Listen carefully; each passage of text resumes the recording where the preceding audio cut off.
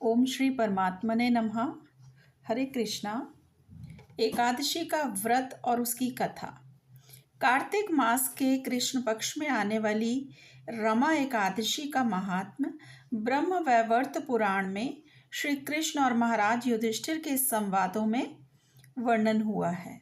एक बार युधिष्ठिर महाराज ने पूछा कि हे जनार्दन, हे केशव, कार्तिक मास के कृष्ण पक्ष में आने वाली एकादशी का क्या नाम है और महात्म्य कृपया विस्तार से वर्णन करिए। तो भगवान श्री कृष्ण ने कहा कि हे नृपेंद्र, सब पाप नाशनी इस एकादशी को रमा कहते हैं। बहुत वर्ष पहले मुचुकुंद नाम का राजा था। उसकी देवराज इंद्र से अच्छी मित्रता थी। वरुण, कुबेर, यमराज, अग्नि ये भी उसके अच्छे मित्र थे। सभी धार्मिक तत्वों का पालन करते हुए वह अपने प्रजा पर राज्य कर रहा था। कुछ वर्षों के बाद राजा को एक पुत्री हुई जिसका नाम उसने चंद्रभागा रखा। योग्य समय के उपरांत उसका विवाह चंद्रसेन राजा के पुत्र शोभन से हुआ। एक बार शोभन अपने ससुराल आया था तो उसी दिन ही एकादशी थी। तो चंद्रभागा घबरा गई, विचार करने लगी कि हे भगवान, अब क्या होगा। मेरे पति तो बहुत कमज़ोर हैं, उनसे भूख सहन नहीं होती। मेरे पिताश्री तो बहुत कठोर हैं। दशमी के दिन ही अपनी प्रजा में सेवकों को भेजकर एकादशी को कोई अन्न ना खाए यह आदेश देते हैं। तो शोभन ने इस नियम के बारे में सुना और पत्नी को कहा कि हे प्रिय, अब मैं क्या करूं।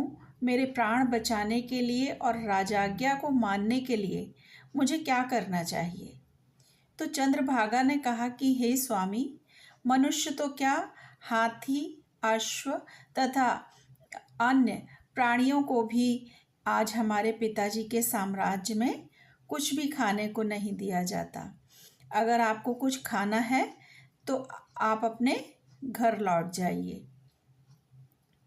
इसलिए योग्य विचार करके आप उचित निर्णय लीजिए। अपनी पत्नी की बात सुनकर शोभन ने कहा कि तुमने सत्य कथन कहा है, परंतु आज एकादशी व्रत करने की मेरी इच्छा है। मेरे भाग्य में जो होगा वो देखा जाएगा।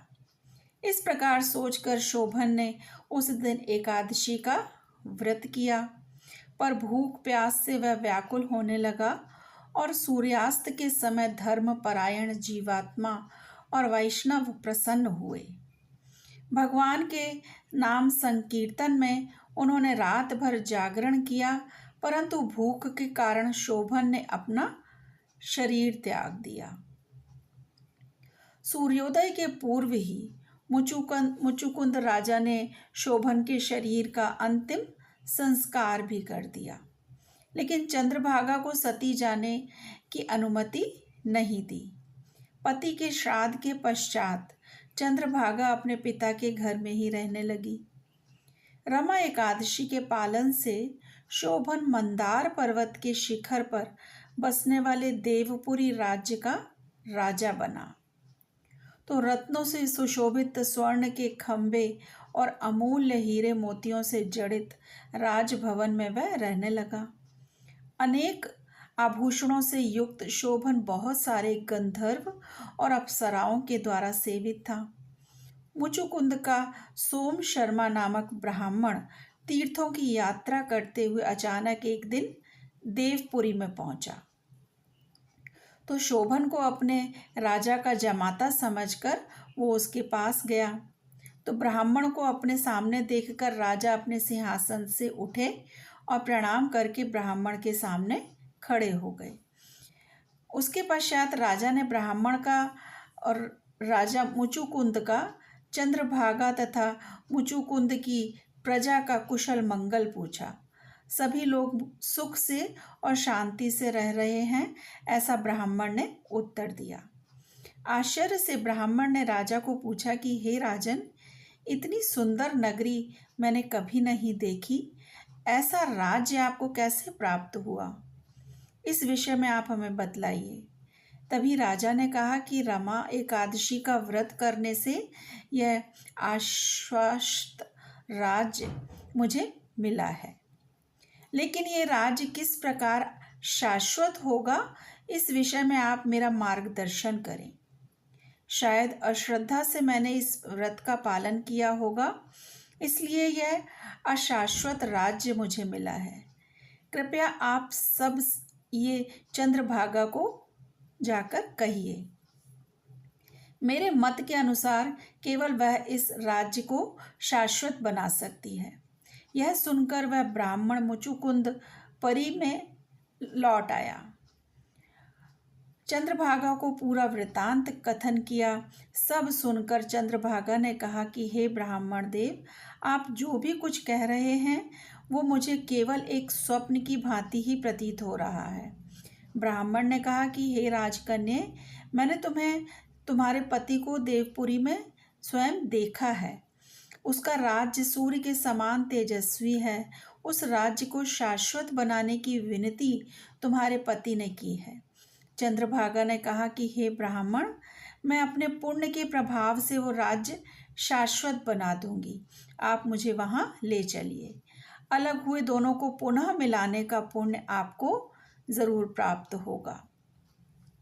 उसके पश्चात सोम शर्मा ब्राह्मण ने चंद्रभागा को मंदार पर्वत पर वामदेव के आश्रम में ले गए और उन्हें पूरा वृत्तांत सुनाया। वामदेव ने चंद्रभागा को वैदिक मंत्र की दीक्षा दी और वामदेव से प्राप्त मंत्र के प्रभाव से तथा रमा एकादशी के पालन से चंद्रभागा को दिव्य शरीर प्राप्त हुआ। उसके बाद वह अपने पति के सामने गई। अपनी पत्नी को देखते ही शोभन को प्रसन्नता हुई और चंद्रभागा ने कहा कि कृपया आपके हित के लिए मेरे 2 वचनों को सुनिए। अपने 8 वर्ष की आयु से मैं रमा एकादशी का पालन कर रही हूँ। इस व्रत पालन के प्रभाव से आपका राज्य प्रलय तक शाश्वत और समृद्ध रहेगा। उसके बाद वह अपने पति के साथ आनंद पूर्वक रहने लगी।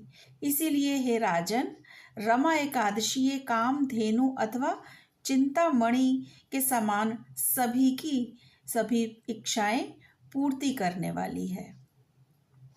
तो भगवान श्री कृष्ण ने आगे कहा कि हे राजन, इस प्रकार मैंने तुम्हें इस एकादशी का महात्म्य कथन किया है। कृष्ण पक्ष की तथा शुक्ल पक्ष की दोनों भी एकादशी का व्रत पालन करने वाले को मुक्ति मिलती है। जो भी इस व्रत की महिमा को सुनता है वह सभी पापों से मुक्त होकर आनंद से वैकुंठ की प्राप्ति करता है। ओम नमः शिवाय। ओम नमो भगवते वासुदेवाय। हरे कृष्णा। श्री कृष्ण अर्पणम अस्तु। हरे कृष्णा।